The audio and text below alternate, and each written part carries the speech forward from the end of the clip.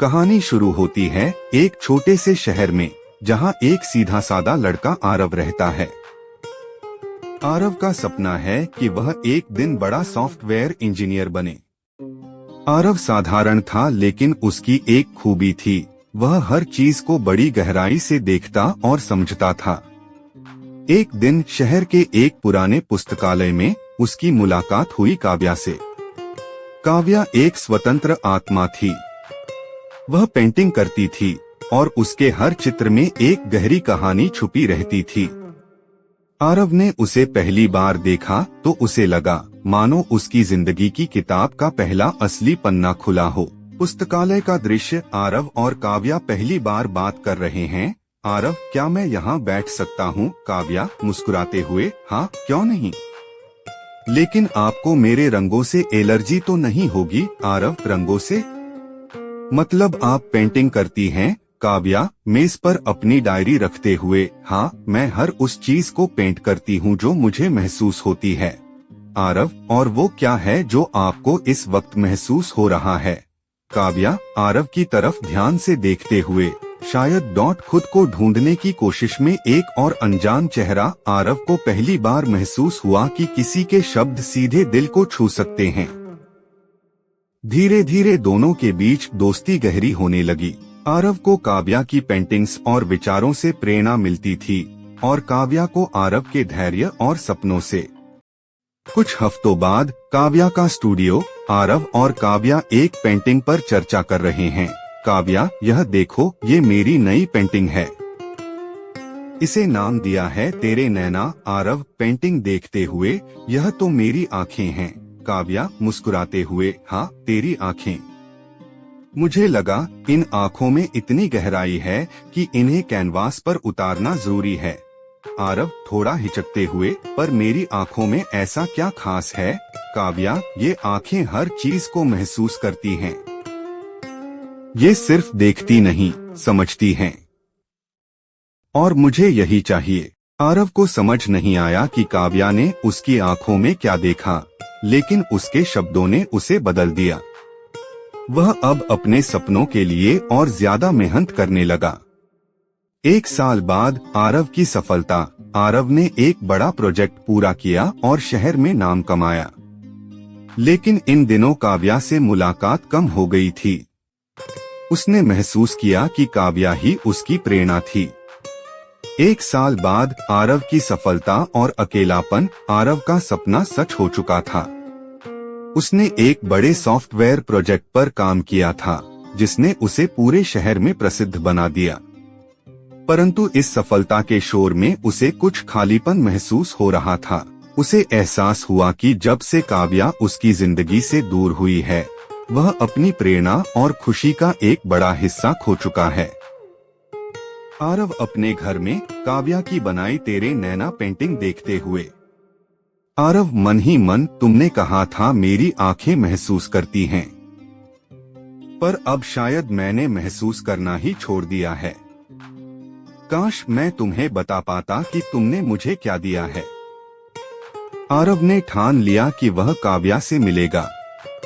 उसने उसी पुराने पुस्तकालय का रुख किया जहां उनकी पहली मुलाकात हुई थी। पुस्तकालय का दृश्य। आरव पुस्तकालय के एक कोने में काव्या को ढूंढते हुए, क्या वह अब भी यहाँ आती होगी? पुस्तकालय के बाहर दीवार पर एक पोस्टर पर नजर पड़ी। पोस्टर पर लिखा था, काव्या की कला प्रदर्शनी, तेरे नैना और अन्य कहानियाँ। आरव आश्चर्य से, तो वह अब भी मेरी आँखों की बात को जीवित रखे हुए है। यह प्रदर्शनी जरूर देखने जाऊंगा। अगले दिन कला प्रदर्शनी का दृश्य। आरव ने काव्या की प्रदर्शनी में कदम रखा। दीवारों पर उसके चित्रों की श्रृंखला थी। हर पेंटिंग के साथ एक छोटी सी कहानी लिखी हुई थी।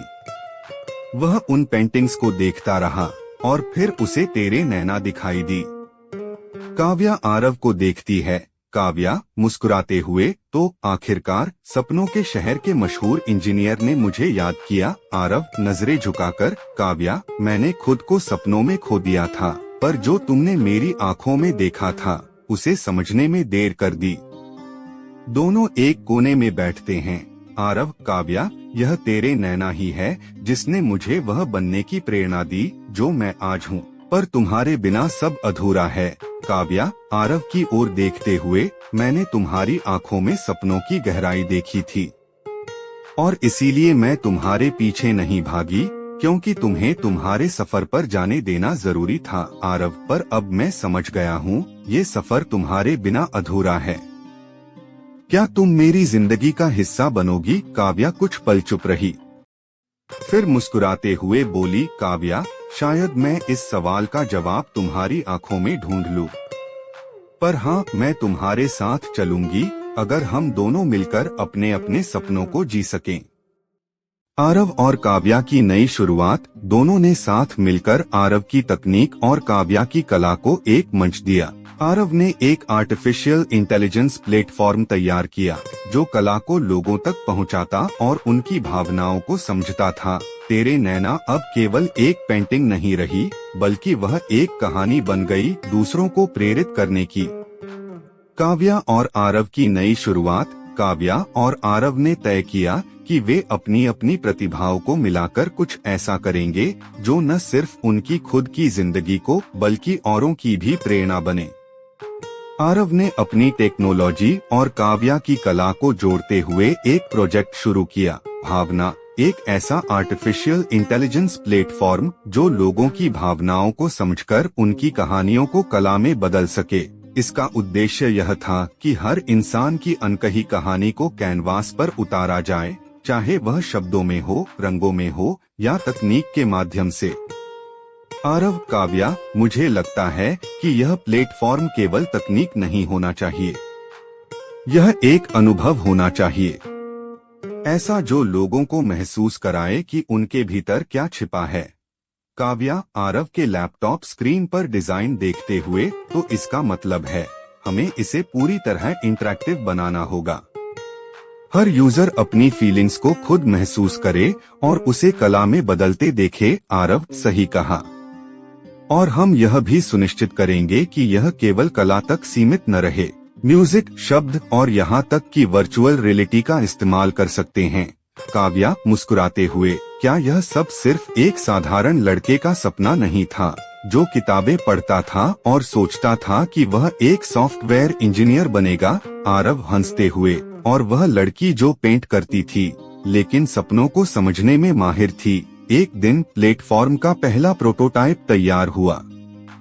दोनों ने फैसला किया कि वे इसका नाम तय करेंगे। आरव, हमने इसे भावना नाम दिया है, लेकिन क्या यह सही है? काव्या, आरव की ओर देखते हुए, नाम सही है, लेकिन मैं चाहती हूँ कि इसका एक प्रतीक भी हो, कुछ ऐसा जो हर किसी को जोड़े। आरव, थोड़ी देर सोचते हुए, कैसा रहेगा अगर हम तेरे नैना की पेंटिंग को इसकी पहचान बनाएं? यह प्लेटफॉर्म उसी प्रेरणा से बना है। काव्या, आंखों में चमक के साथ, यह परफेक्ट है, यह हमारी कहानी है और अब यह उन सबकी कहानियां बनेगी। प्लेटफॉर्म का लॉन्च बड़े स्तर पर किया गया। इवेंट में कलाकार, टेक्नोलॉजिस्ट और लेखक सभी मौजूद थे। लॉन्च का मुख्य आकर्षण तेरे नैना की पेंटिंग थी, जिसे बड़े स्क्रीन पर प्रदर्शित किया गया। काव्या और आरव ने मिलकर मंच साझा किया। मंच पर आरव का भाषण। आरव, यह प्लेटफॉर्म सिर्फ कला और तकनीक का मेल नहीं है, यह हर उस इंसान की कहानी है जो खुद को समझने और अपनी भावनाओं को व्यक्त करने की कोशिश करता है। तेरे नैना केवल एक पेंटिंग नहीं, यह मेरी प्रेरणा थी और मैं उम्मीद करता हूँ यह आप सबके लिए भी वही कर सके। काव्या का भाषण। काव्या, कला सिर्फ रंगों का मेल नहीं, यह हमारी आत्मा का आईना है और इस प्लेटफॉर्म के जरिए हर कोई अपनी आत्मा की गहराइयों को देख सकेगा। तेरे नैना मेरे लिए सिर्फ एक पेंटिंग नहीं, बल्कि उस इंसान की कहानी है जिसने मुझे अपनी नजरों से देखना सिखाया। लॉन्च के कुछ ही महीनों में भावना सफल हो गया। लोग अपनी भावनाओं को व्यक्त करने और अपनी कहानियों को कला के रूप में देखने के लिए इसका इस्तेमाल करने लगे। आरव और काव्या ने मिलकर वर्कशॉप्स आयोजित की, जहां उन्होंने तकनीक और कला के इस मेल को सिखाया। एक दिन आरव और काव्या काम के बाद एक झील के किनारे बैठे थे। आरव, काव्या, क्या तुम्हें कभी लगता है कि अगर हम पहली बार उस पुस्तकालय में न मिले होते तो यह सब कभी नहीं होता? काव्या हंसते हुए, होता जरूर, लेकिन शायद अलग तरीके से। और वैसे भी हम मिलते ही। तुम्हारे नैना से भागा कहाँ जा सकता है? आरव मुस्कुराते हुए, अब मुझे समझ आया कि जब तुमने पहली बार कहा था कि मेरी आंखें महसूस करती हैं, तो उसका मतलब क्या था। काव्या और आरव ने न केवल अपने सपनों को पूरा किया, बल्कि हजारों लोगों को अपनी कहानियां सुनाने का एक मंच दिया। तेरे नैना सिर्फ एक पेंटिंग से आगे बढ़कर एक प्रतीक बन गया, खुद को समझने और अपनी सच्चाई को व्यक्त करने का। कहानी यही नहीं रुकी, क्योंकि कला और तकनीक का यह सफर अभी भी जारी था और हर नया दिन एक नई कहानी लिखने का मौका था।